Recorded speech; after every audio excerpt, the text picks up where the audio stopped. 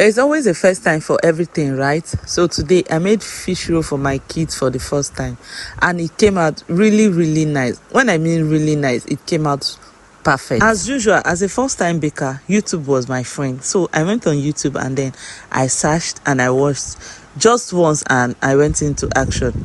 I started out with the dry ingredients like my flour, baking powder, sugar, salt, and then I mixed them properly together. And then for the wet ingredients, in a bowl was water, then I added my egg, just one egg, and then I added my melted butter. Your butter must be melted, emphasis on melted. So I mixed them all properly together and then I poured in the wet ingredients into the dry one and I started mixing.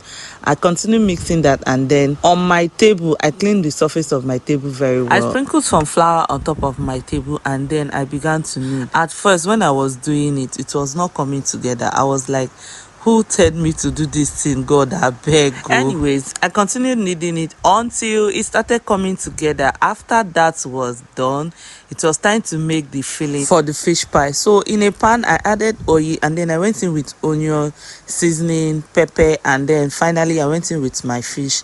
I turned that around and allowed it to cook for a few minutes. Then I took it out, I set that aside, and now it was time to roll out my fish roll. This rolling part really showed me shaking.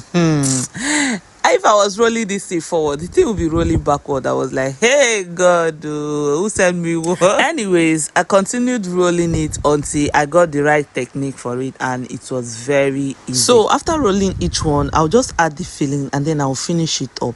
I continued like that until I was done with everything. My kids were so excited, they couldn't wait for me to finish up so that they can have a taste. These ones, anywhere they are trying new things, that's where you're going to find them. So when I was done with rolling the whole dough, it was time for frying.